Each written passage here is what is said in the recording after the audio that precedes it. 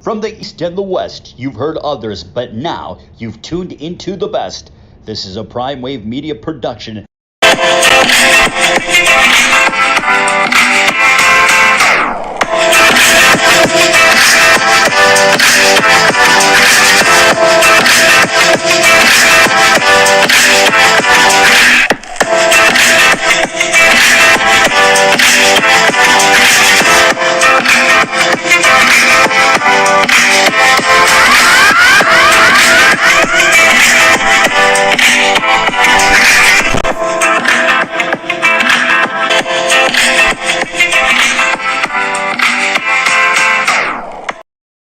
What's up, world? It's the one and only Pop DBacks, the Primetime Capper. I'm feeling good. I'm feeling great. It is time for the premier sports betting show, the Primetime Angles.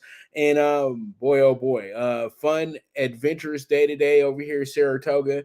The electricity went out, so they scratched out race 5 for us today. So we don't have any of that going on. And so pretty much we have PID going. And they're bringing everything back over at Saratoga right now. It's just that, that 5th race, I had something kind of special there. And you said, you know what, we ain't worried about your something kind of special there. So pretty much let's go ahead and get into the show. And let's go ahead and talk about it. And up first, let's go ahead and get into the first topic. The NFL is brewing right now. Everything is going very, very well. All that good stuff. We will have the first episode of NFL Bet Exchange coming up Friday with me and Jeff. So that's going to be pretty fun to do as well. So you guys, I'm looking forward to that. We're going to preview the AFC East. So that should be a lot of fun. I'm going to give you guys my actual predictions, the AFC East and the NFC East, because I'm going to give you guys my actual predictions. And I'm going to go ahead and give you guys my winners of that conferences of that division as well too. So with that, let's go ahead and talk about it. Seahawks are forming one of the best rosters in the NFL. Can they rely on QB Geno Smith to get them back to the Super Bowl? That's the million-dollar question right now in the Northwest. And I think that a lot of us have to understand that Geno Smith had a very great season last year. He had a career year last year. A lot of people didn't expect Geno to be as good as he was last season. Let's be honest here. Everybody thought that this was just the Seattle Seahawks setting themselves up for the future, that they were doing this so they could get themselves a high draft pick, blase, blase, blase. Funny thing was, Seattle was able to make that deal with Denver, who struggled, who didn't know that they were going to struggle last season, and wound up having the 6th pick anyway, and still were able to parlay that 6th pick into more picks in the first round as well too. They were able to get Witherspoon, a really good corner out of Illinois, and they also were able to get JSN, the number 1 rated receiver in this year's draft as well. So they added some young pieces on both sides of the ball. You know what I mean? And receiver has became such a glamour position in the NFL. So a lot of people are excited about what JSN is about. Witherspoon is seen as the best corner in the draft. He was the first corner taken off the board. And it's crazy that one guy was the first corner taken off the board. The other guy's the first wide receiver taken off the board. And Seattle was a playoff team last year. So that's what makes this really look good for Seattle moving forward. Also, they have Pete Carroll as the head coach there. And Pete Carroll, we all know, is a messiah when it comes to the game of football. Regardless of how people feel about Pete Carroll is a winner. Pete Carroll is a guy that can put together great situations for great players. And it seems like he has the right type of team that he can just coach up. I really see no flaws with this Seattle team. And that's usually how it goes with the Pete Carroll led team.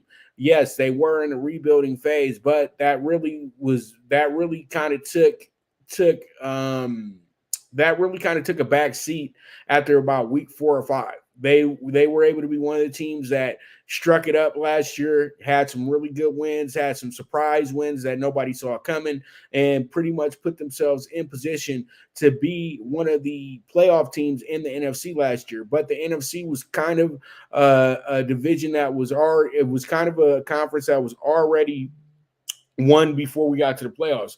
Philadelphia is really a tough team to stop. Philadelphia had the ultimate team last year that was very hard to beat. That team was built to win the NFC and win the Super Bowl last season. So pretty much everybody was playing for second in the NFC last year. That's not the case this year.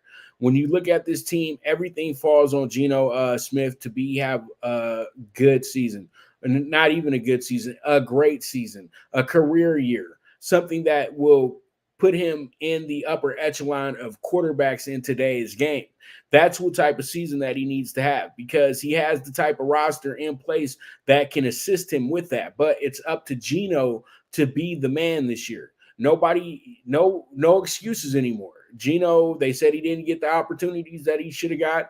Now he's getting the opportunity that he should have got. He never got paid the way that guys of his draft status get paid. He got paid last summer, something that even surprised the Seattle Seahawks, because they just thought they was possibly going to bring him back on a backup deal, something of that nature. They said, no, we can go ahead and we can be cheap and go ahead and get lock down a quarterback here for, say, the next 2 to 3 years as we try to develop either a quarterback that we draft in the middle part of the draft, or we save or give ourselves time as Pete Carroll transitions out as the head coach, and then we have ourselves the true rebuild of the Seattle Seahawks, because they know with Pete Carroll as your coach, you can't be in a rebuilding phase. You have to be trying to build teams to win right now, because Pete Carroll can coach that team up to win right now. So Seattle is a team that can be a very, very solid, under the table, under the radar Super Bowl bet, NFC Championship bet. I will go ahead and grab that future today, because it is a very valuable future, and it is one that has a lot of legs to it, in my opinion. But it's up to the Seahawks to take care of their business as the season progresses, and they still do have to deal with that team in San Francisco. But it seems like they have the roster that can stay right there in the Niners' face. And the Niners know that the kryptonite to Shanahan has been the Seattle Seahawks, literally pretty much the whole time he's been coaching the 49ers. So we'll talk more about this as we get more into, previewing teams and things like that. But I just wanted to do a quick little chat about Seattle, because they're just so intriguing. You know what I mean? Bring back Bobby Wagner as well, too. That's huge. Bobby Wagner is one of the best middle linebackers in football. And then you have probably top 5 secondaries as well, too. And if you can get Woolen and Witherspoon to play somewhat identical, oh boy, you might have yourself the Legion of Boom, because you still have Jamal Adams there in the back roaming around at the strong safety position. So there's a lot of things to hang your hat on if you're Seattle. So let's move forward and talk about our next topic, and that's going to be the Lions have became the talk of the league Lions have became the talk of the league. Will this added pressure be too much for this team that still needs to prove they can win? And I say that wholeheartedly, because a lot of people feel like the Lions have already made it. They've shown up. They're here. They're ready to take the next step in the game to be one of those teams in the NFL that can say that, hey, we're up here, upper echelon, and we're a playoff team. I keep saying one of those teams. Yes, to be a playoff team, to be a division winner, to do all the things that you have pretty much put on your goal board for this year. This is a different type of Detroit Lions team. This isn't a team that is already low on expectations. This team is high on expectations. And the people surrounding this team, the people cheering for this team, are high on those expectations as well, too. Detroit has done a marvelous job drafting over the last 3 years. They've done a great job of acquiring assets as well, too, making bold trades that have actually worked out in their favor. I still feel that they won the Goff Stafford situation. Yes, Stafford got a title, but Goff could have won that Super Bowl as well, too. And Goff had already went to the Super Bowl in the previous years before that. McVay got a lot of credit for that, but You know what? It does not matter. Jared Goff threw for 4,800 yards that season. And literally, Jared Goff almost threw for 40 touchdowns that year. He didn't throw that many interceptions. He had one of the highest QB ratings in the league. He had one of the highest completion ratings in the league. I know how good Jared Goff was. I was at the greatest Monday Night Football game ever at the LA Coliseum against the Chiefs.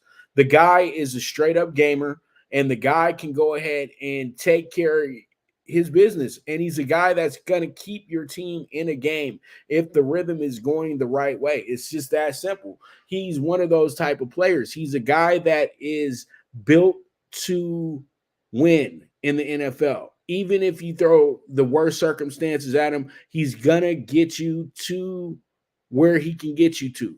But he needs a defense to step up. He needs playmakers to step up, and he needs an offensive line to make sure that he's upright. And you know what? Detroit has done a good job of securing that type of situation for him. It took them a little while to get everything going. And once again, they had to be a second half of the year type of team, but they picked it up early in the season instead of picking it up late like they did the year before when they wound up having a tie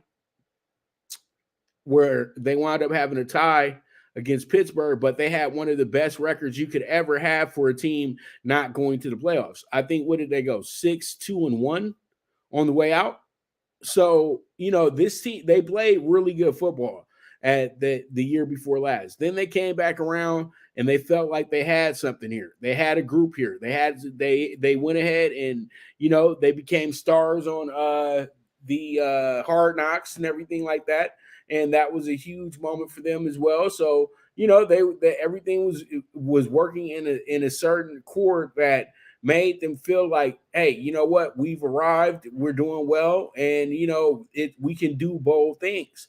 And that year they roll in. They had, I think, 3 or 4 first round draft picks. They were able to get some very, very key players, guys that are going to be foundation players for the next 5 years or so, possibly. And then, you just pretty much get into this year's draft. You go get Jahmyr Gibbs, a guy who's a really, really a great talent from Alabama. And he seems to be a guy that's going to be ready to take over the responsibility of being their top playmaker.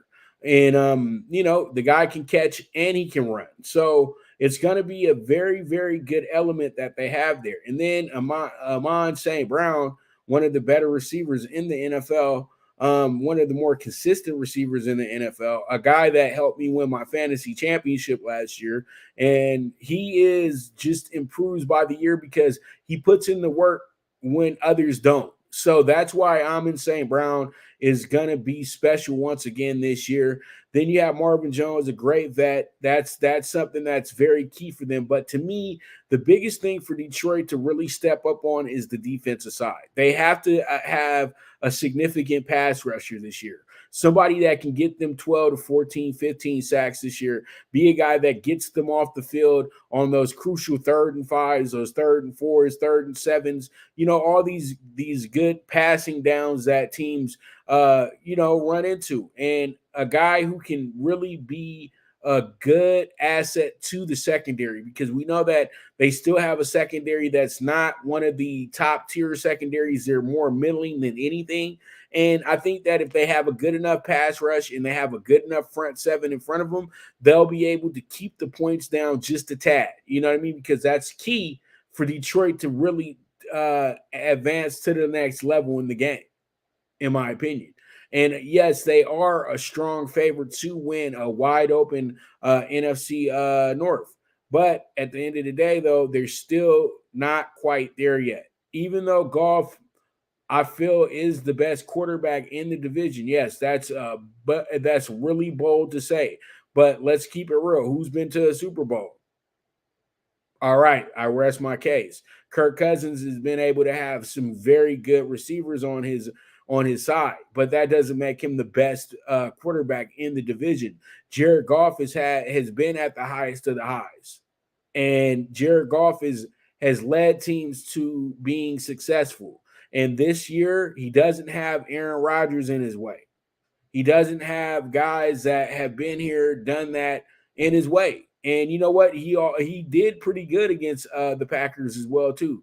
So now when you see him as the lead guy, as the number one quarterback in the division, then that gives you confidence that this Lions team can absolutely win this division and win this division kind of handily as well too. But it's a one game at a time situation for this team, and it's about how intact will the roster be. If they can keep the roster intact to 70 to 80% of their top players and their players that are significant to the winning of games, they should be right on cue to go ahead and clinch that division title. But if they don't have that, then all bets are off. And it'll be a very long, tough season. And I know that they're not a team that you throw away. They're going to be in the playoff race because that division is going to be that open. Everybody has a chance. You can't discount the Packers. You can't discount the Bears. And, you know, everybody's looking at the Vikings as the team because they were the team last year. And now you don't have Aaron Rodgers in the way. But still, now you have another team that seems to be very hell bent on turning the corner, and that's going to be Detroit. So we have ourselves a good old Norris division showdown between all four teams. This is the only division that can say to itself that none of us are favorites to win this division. I repeat, none of us should be calling ourselves favorites to win this division. But if you're going to give somebody the edge, Detroit's the team. It's that simple. It's that simple. Detroit has the playmakers. It's the only thing that comes down to it. Detroit's coach. He's a good people person. He's a good, brouhaha guy. He's a good, he's a good neighbor. He's a good community guy. But is he a good motivator of men? Meaning he can get you winning, not just moral victories where you win. You know what I mean? Not crying after games, talking about we tried our hardest. No. You got to have a coach that wins. And then when that coach loses, he doesn't sit up there crying on a podium. So there's a lot of things that they're going to have to do better this year as a full unit. But I like what I see in Detroit, and we move along. All right. So with that, let's go ahead and get into the college game real quick, and let's talk about Oklahoma. All right. Oklahoma rebuilding or renovating as they prepare for their entry into the SEC in 2025. I think that Oklahoma is very, very, very lost without Lincoln Riley. They don't have the same type of coach that they had the last 25 years. When they had Bob Stoops, great coach, guy was able to have one of the better offenses and had a bunch of offensive minds there with him that were very good at what they did as well too. He was able to have a nice coaching tree around him as well. His brother was another coach that was very helpful towards building the Oklahoma Sooners program over this period in time, making them one of the more dominant teams in all of college football, if not one of the more historic offenses you've ever seen step on a field. You know, at one point they were winning games 70-3 like every single week early in the Bob Stoops era. They won a national championship early in the Bob Stoops era. That was it. Josh Heupel and his group, and Josh Heupel is now the head coach over at Purdue, actually over at Tennessee. So pretty much you have a lot of good things that have happened to Oklahoma over a good 25-year stretch. They have not been a team that has had a fall-off point. They're always a team that's going to be in the top 10 every single season. They're always a team that's going to recruit some of the best players in the nation to come play in Norman. And it doesn't fail this year either. They got a guy in Dylan Gabriel who a few years ago was considered a Heisman candidate and high on the Heisman list. And he got hurt. He played for UCF, but this is about his sixth school already in the last few years. And the guy's like 26 years old, 27. So at the end of the day, this is his final stop. I hope he doesn't have another year of eligibility because the guy's been around since 2016. And we're in 2023. So I understand that there was a COVID year. He was hurt, blase. But once a guy has reached this level, then pretty much it is what it is with them. That's who they're going to be. They're not going to be anybody different from what you assume that they're going to be. It doesn't work like that. I'm sorry. I know that you do want it to work like that, but it will not work like that. That's the whole thing. And I truly do feel that when it all comes down to it in the end, this can be something that becomes a very, very good thing for Oklahoma as they transition into the SEC, because they want to get this out the way now before you get to the SEC, where it's going to be go hard or go home every single week. But if anybody's prepared for the SEC more than anybody who's about to come to the SEC out of both Texas and Oklahoma, it's Oklahoma. Texas is over here literally telling themselves, we know that we're going to be moving into this new conference. It might not go the way that we wanted to go, but we did get a big recruit here simply because we're going to the SEC. That's Arch Manning. You guys already know that's Peyton's big brother's son, Peyton and Eli's big brother's son, Archie's favorite grandchild, and that's something that he's going to be coveted. He's going to be, a guy that they're going to have a lot of hype for. But if it doesn't work, then it'll just be another failure for Texas. But Oklahoma has a standard that they play to. It's a bit different there in Norman. And I know Texas has a standard as well, too. But Texas is always kind of too busy tooting its own horn. Oklahoma is always finding the right players for their team. They're not just recruiting names. And that's what the big difference is between them. And that's why I say that Oklahoma is possibly in the portion of rebuilding at this point.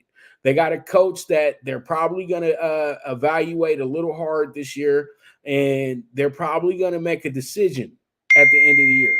If this doesn't go the way that they want it to go, then possibly what happens is that they move on and go get themselves a brand new head coach, possibly somebody that's coming out the NFL or whatever hot shot coach there is in college football that's looking for a better situation. And so they will possibly be looking in the mid-major area for a brand new coach. I know they are looking at that option right now because this coach did not pick up where Lincoln Riley left off. This coach did not pick up where Bob Stoops left off. This coach was a totally different look. And when you lose to teams like Kansas, it becomes a real issue. You know what I mean? I don't know I can't remember if they lost Kansas, but they lost some bad games last year. And they were very unfamiliar to Oklahoma. So with that, we'll have more to talk about as when we start previewing the Big 12 conference in total. And I have more to talk about with that situation as well, too. So with that, let's go ahead and we will move forward to our final topic. And we're going to the boxing world. And we have ourselves Navarette versus Valdez. And we'll have their long-awaited showdown on Saturday night. Who wins and why? This fight doesn't really interest me as many as other folks because it's in the 130 division. And you know what? Emmanuel Navarrete is not a guy that I'm very high that I watch religiously. Neither is Oscar Valdez. I've never really been that keen to either one of these guys. I know that they're great fighters. I know that they can fight. I know that they can do that. That's great. That's awesome. But at the end of the day, though, what does this fight really mean? It just means it's a Saturday night. It gives us something to watch. It's that simple.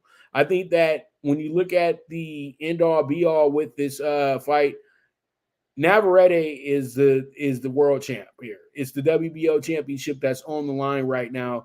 Valdez is looking to get back into the belt game where he got himself a belt. And, he did his tune-up in a rematch against Adam Blue Nose Lopez, and he wound up winning the fight in dominant fashion, but a lot of people felt like he didn't win the fight in dominant fashion. He's been kind of broken since what happened in the Shakur fight and everything like that. I don't know if his confidence is going to be at the level it was at when he beat when he knocked out Burchett, and that's where he needs to be at if he thinks he's going to beat Navarette. Navarette is a guy that is ready to become an absolute rock star in boxing, and he knows that he needs this Oscar Valdez win to propel him to that. And possibly what comes up next is a possible showdown with Shakur Stevenson. Because you know what? At the end of the day, they will have a common opponent. And, sometimes when you do a guy dirtier than the other guy did him, then that might give you confidence that you could beat the guy that beat him first. So, Navarrete could be a possible candidate for 2024 for Shakur Stevenson, or be a guy that he possibly fights in the wintertime. But we'll see, though, because, it seems like Shakur is really begging Devin Haney for a fight and begging Lomachenko for a fight and just begging for fights.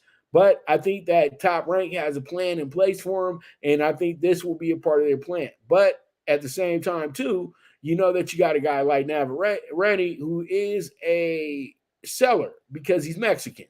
So pretty much what you want to do is you want to make sure that you don't just throw him to the wolves before you can get, enough honey. And I think, and when I say that, that just means the money.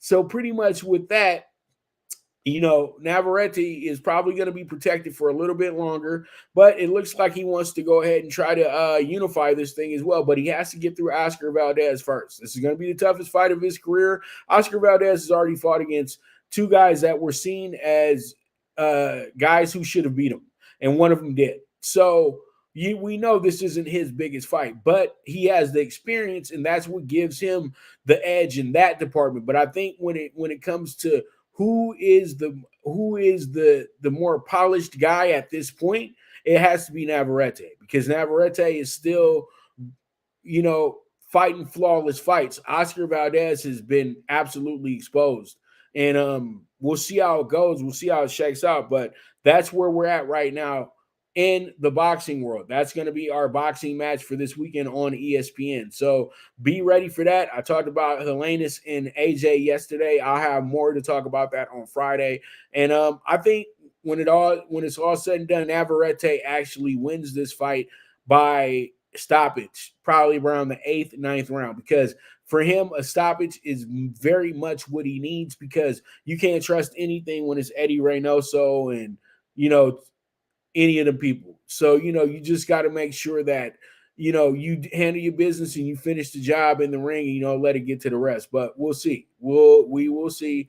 And you know what? It's always a fight that you can say to yourself, hey, I can bet the draw, because really it's a 50-50. Nobody knows exactly what's going to happen. But I just feel like Navarrete is just going to be better, because he's just in a better mental state, in my opinion, I feel.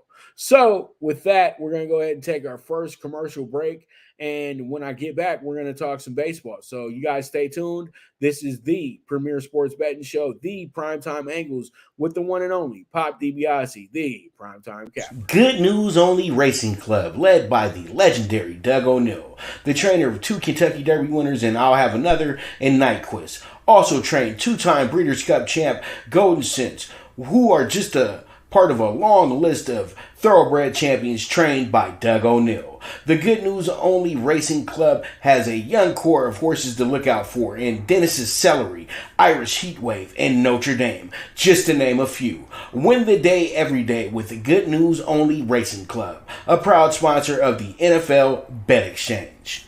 From the East and the West, you've heard others, but now you've tuned into the best. This is a Prime Wave Media production.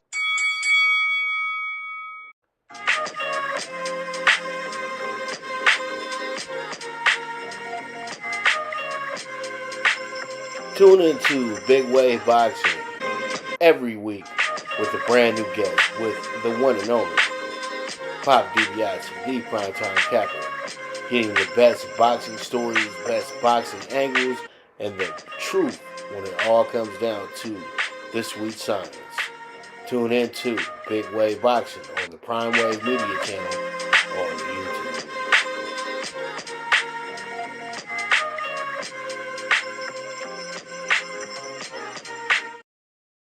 All right, we're back with the premier sports betting show, the Primetime Angles, with the one and only Pop DBIC, the Primetime Capper. And sorry about that. I know I'm doing some multitasking and everything like that. I'm over here trying to make sure I get my races up on the Twitter. You know, we got PID on and we got Saratoga going right now as well. And Saratoga is back. We just had to cancel race 5 though because they were taking a bit too long. So no race 5 today. So that kind of messed up our pick 4, but it's fine. I mean, not pick 4, but our pick 6. And pick 4 is coming up now and for race 7 and all that good stuff. So, you know, pretty much just giving you guys an update if you're following, you know, the racing going on today. And I know that you guys, if you're following my plays, I know that you guys cashed out as soon as the day started. So you know, let's go ahead and keep the good times rolling. All right, but let's go ahead and talk about the Dodgers. The Dodgers are up in here trying to put themselves together for the run, as I like to say. And you know, they got a lot of good things headed going their way right now. That's absolutely epic to be dealing with because you know, this Dodger team, you know, a lot of people kind of had this idea that the Dodgers were in a rebuild phase and you know, it's not going to be the same because you know, we lost Turner and he lost, you know, key elements they felt to the team and you know, just a lot of excuses, you know, just a lot of things to try to just kind of just nitpick because everybody was so disappointed about not bringing home the World Series last year and absolutely getting put out in the first round as well too. That was kind of embarrassing, man. And the Dodgers have used that as motivation. And the Dodgers have breathed so easy this year because they tell themselves pretty much every game that, you know what, we don't have to worry about, you know, doing too much too early because these games are long and we got a good hitting group. So our group is going to always figure out a way to keep us in games. And just like yesterday, the Dodgers outlasted the DBacks 5-4, looking to sweep series tonight in Phoenix. And this would be absolutely tragic for the Diamondbacks. That means that they would start the month off 0-8 and pretty much are putting themselves further and further behind the 8 ball. And it's starting to get a little panicky if you are a Diamondbacks fan. And last night, the Dodgers jumped out to a 5-0 lead, and they literally got into the game, and they made sure that they were ready to get into some shenanigans. Exactly what happened last night. Okay, at one point they were only up 4-2 going into the final inning. Mookie puts them up 5-2. They go ahead. The Diamondbacks get 2 more runs in the 9th inning, but it was good enough for them. It was good enough to where it did not affect anything because the Dodgers were ready to close that game out. The Dodgers now know when they put themselves in pressure situations, when they get to that 9th inning, you got to close the game. That's exactly what happened last night. They messed up on Saturday because they could have swept San Diego, but they messed up on Friday night, actually. It wasn't Saturday, but they messed up on Friday night. And you know what? They've probably been seething about that ever since. So they are in tune of what you need to be to get to where you got to get. And that's exactly why it's really exciting right now if you're rooting for the Dodgers, because this isn't about being the most dominant team in the ML. This is about being the team that knows how to go about their business and get things done and make life that much easier for themselves. And I truly do feel that when it all comes down to it, the Dodgers will be right where they want to be. And that's not me trying to homer to the Dodgers or anything like that. I just feel that the Dodgers just have the are battle tested, you know, and they've been through the wars, and they are probably the scariest thing coming in the playoffs. You don't want to play against teams like this that are battle tested. Them and the Astros, they've seen it all, and the Astros are stepping up their game as we speak. And you know, when it comes down to it, you have a very good You have a very good bullpen coming into place right now as well too for the Dodgers. So there's a lot of things working out. And then when you look at these Diamondbacks, the Diamondbacks are just in a position now where they're trying to survive. They're trying to get themselves back into the playoffs, but they're starting to become realistic and know that, they made a trade, they tried to stay in the race, but guys are tired. They're rookies that were playing so great the first 3 months of the season. They're starting to burn out because they're not used to playing 75, 80 games, 90 games in the season. And they're starting to feel the wears and tears of a 162 game season. And the pitching staff is kind of falling apart because guys are getting hurt now. And their two top pitchers are both dealing with nagging injuries as well too. But at the end of the day, youth does kind of hinder you sometimes because you have to learn things. And sometimes when you're already ahead of the curve, and then you got to go take 2 steps back, it can kind of break you. And that's how I feel like has happened to the Arizona Diamondbacks. But they can still play a spoiler. The Dodgers still got games against them, but this was good that the Dodgers got back in the mix against them at this point because, if it came down to a tiebreaker, Arizona would have won the West if, say, that tiebreaker, if the season was to end today. You know what I mean? And we didn't play that game. So the Dodgers taking care of their business against Arizona, that's kind of like some give back for what happened early in the year. So let's go ahead and move forward to our next topic, which is going to be MLB Wednesday night. Last night, we had a crazy moment. We had the Astros actually come back and win via grand slam last night. That was nuts, man. They was down 3-6, and Kyle Tucker hits a grand slam in the top of the 9th inning to put them up 7-6. They win the game 7-6. And that has to absolutely just really wreck your whole day if you're a Baltimore Orioles fan. And the sickest part about it was at the actual game. So it was like, damn, you can't catch a break in this situation. And it really made them look, and it really made the Astros look like a team that is very confident in knowing that it does not matter what you do, we will beat you regardless. If you give us the chance to beat you, we'll beat you.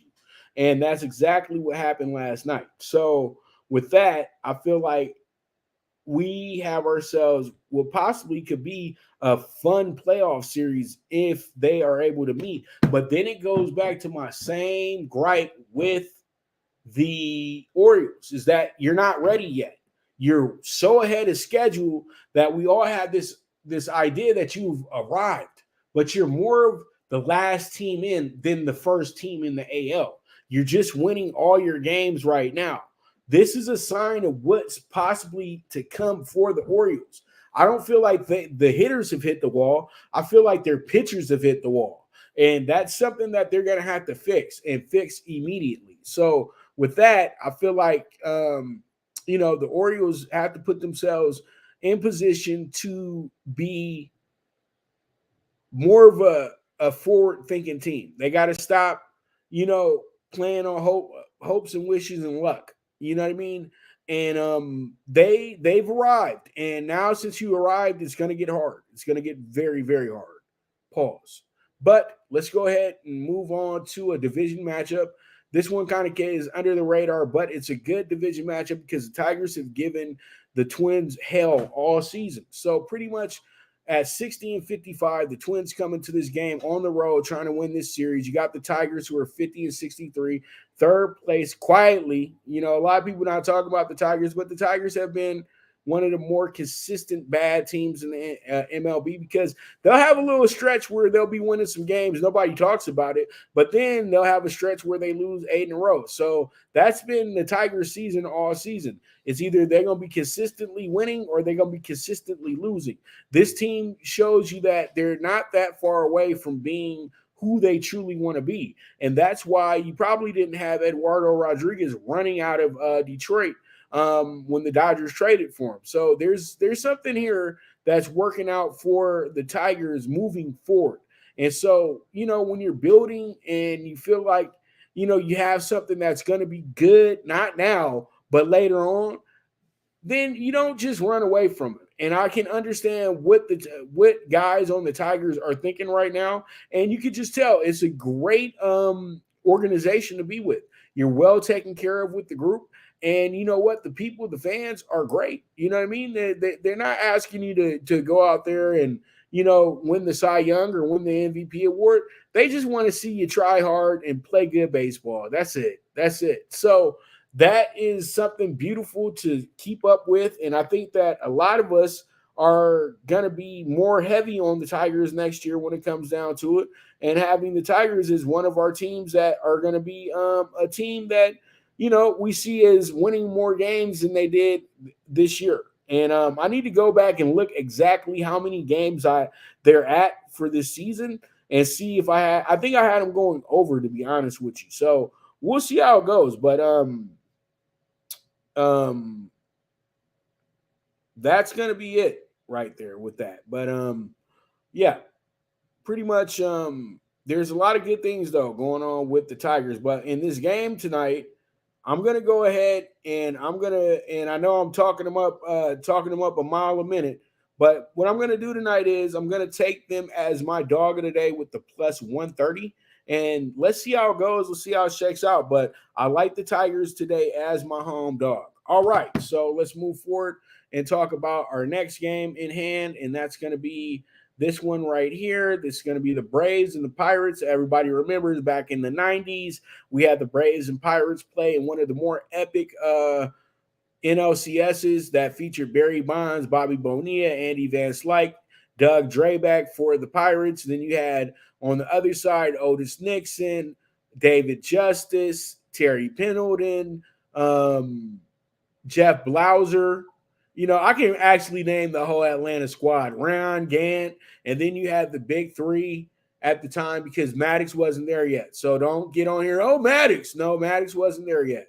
You had Smoltz, Glavine, and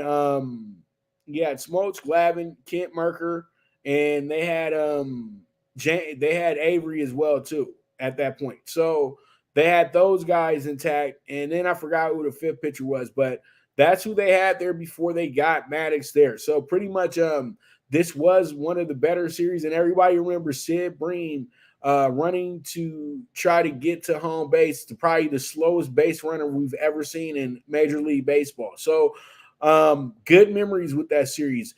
They were not going to be able to rekindle it this year. They thought that they possibly were going to be able to do it when you had the Pirates start the season off 20-7 with the bet, and that wound up being the best record in the National League at that point. Since then, this team has won 31 and has lost 55. So that dream sailed as soon as we got to the month of May. So pretty much tonight, how I see this one shaking up and shaking out, what I'm going to do here is I'm going to go ahead and I'm going to take the Braves with the minus 1.5. It's going to be a little expensive tonight, minus 165. But if you take the Braves on the money line, it's going to cost you even more. So it's not too bad taking them the way that they are right now. And pretty much with that, I'm going to go ahead and we have another winner here at PID. Gambling Ghost. So we'll take that one at 5-1. So that's our second winner of the day at PID. But we have a pretty good one here, and I think the Braves have enough to just go ahead and knock these guys off today. So let's go ahead and move on to our next one.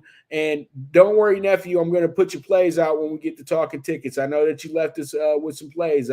It's not that I didn't forget about you. All right, so all right, and you got a 25-1 with your props. Okay, cool. All right, I'll get to it in a second, but we got the Padres 55-59. You got the Mariners 61-52. Mariners balling right now. Mariners are absolutely cooking with Crisco oil. Boy, I'm telling you, they are playing some great baseball right now, and this team is really looking good. They've actually won their last 8 out of 10, and they've actually won their last 6 games in a row. And as we know before, they just got done waxing the Angels. They beat them 4 games in a row. Nobody saw that coming. And now they're over here kind of beating up on San Diego as well, too. They beat them 2-0 last night, but they got a tough game tonight against Yu Darvish. So pretty much tonight, the way that I see this one shaping up, because, the Padres got to get themselves a win. They've lost their last 4 out of 5 games, and it's starting to get very, very crucial now for this team to start actually winning games. And you know what? Once again, they have a losing record to start this month. Yeah, it's only 3-4, but still, this team has to start stepping it up. So tonight is a very good spot for them to do that. They're going to be on our late ticket tonight. So I'm taking them with the -1.5 as well, too. But we're getting +115 on that bad boy. So with that, that's going to be a wrap on our games of the day that I have. And when we get back, I'm going to go ahead and break down the talking tickets. So you guys stay tuned. This is the premier sports betting show, the Primetime Angles, with the one and only Pop DiBiase, the Primetime Capper. Now you and your friends can compete in the sport of kings and win big with Stable Duel. Get the app, pick your horses, and get in on the thrill of horse racing with daily games competing against other players. Bring home the glory and the cash, and move up the annual leaderboard while you leave your competition in the dust. Get in the game with Stable Duel. Play, race, win. Good News Only Racing Club, led by the legendary Doug O'Neill, the trainer of 2 Kentucky Derby winners and I'll Have Another and Nyquist. Also trained 2-time Breeders' Cup champ Golden Sense, who are just a part of a long list of thoroughbred champions trained by Doug O'Neill. The Good News Only Racing Club has a young core of horses to look out for in Dennis's Celery, Irish Heatwave, and Notre Dame, just to name a few. Win the day every day with the Good News Only Racing Club, a proud sponsor of the NFL Bet Exchange. All right, we're back with the premier sports betting show. And let's go ahead and we are going to look at Nephew is picks right now. Rides above anything. All right, so these are for player props. We got Vlad Guerrero Jr. Over 1.5 bases tonight. Mookie Betts. You guys better put your future in for the MVP for him. 1.5 total bases for Mookie tonight. Freddie Freeman over 1.5 bases tonight as well too. Bobby Witt over 1.5 bases as well too. Bobby Witt. They sleep on Bobby Witt, but Bobby Witt's going to be an MVP one of these years. I'm calling it now. I wish you could have future MVPs for like 2025 and 2026. But Bobby Witt, as soon as they can start really winning games, Bobby Witt's going to win MVP this league. Bobby Witt's a special player. Austin Riley is over 1.5 tonight as well, too, for the Braves. And then we finish up with Alec Bohm over 1.5 bases tonight, too. This is a good group right here. This is a 6-piece, and it's going to be actually 25-1. So this is a good deal. You put 5 down, you get you put 5 down, you get 125. You put 10 down, you get 250. And if you put down $20, you get the 500. So, there's some things that can work out in your favor tonight. But if you have prize picks and all that good stuff, that's exactly where you go to go do that. So let's go ahead and get into my tickets real quick. And here we are. Up first, we got the Primetime PK6. And in the Primetime PK6, we got a 45-1 ticket tonight. We got the Tigers +130. We also have the under 9 Cards and Rays. We have the 1.5 -165 to the Braves. We also have the over 10 with the Astros and the Orioles. And then we have the +1.5 with the Royals tonight at -105. And then we finish up with the road favorite tonight, the Blue Jays, because we got Kevin Gausman on the mound. So we'll see how it goes. We'll see how it shakes out. And this is going to be a 45-1 ticket.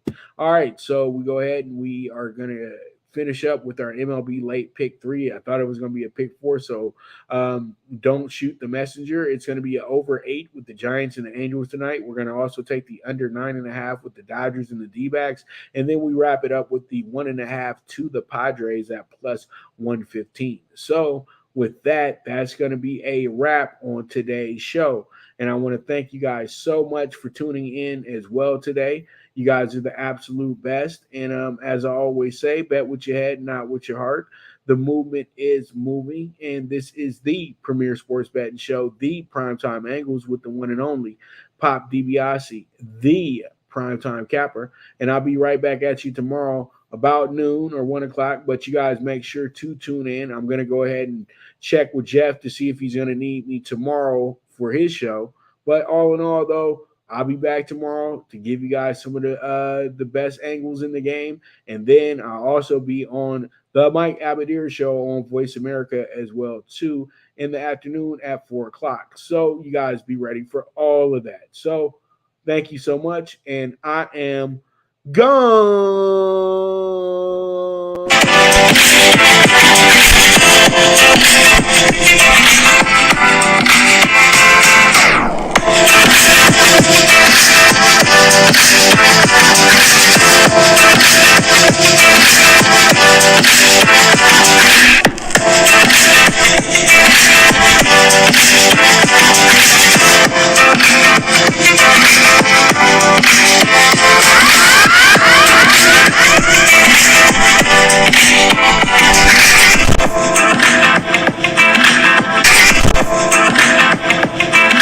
From the East and the West, you've heard others, but now you've tuned into the best. This is a Prime Wave Media production.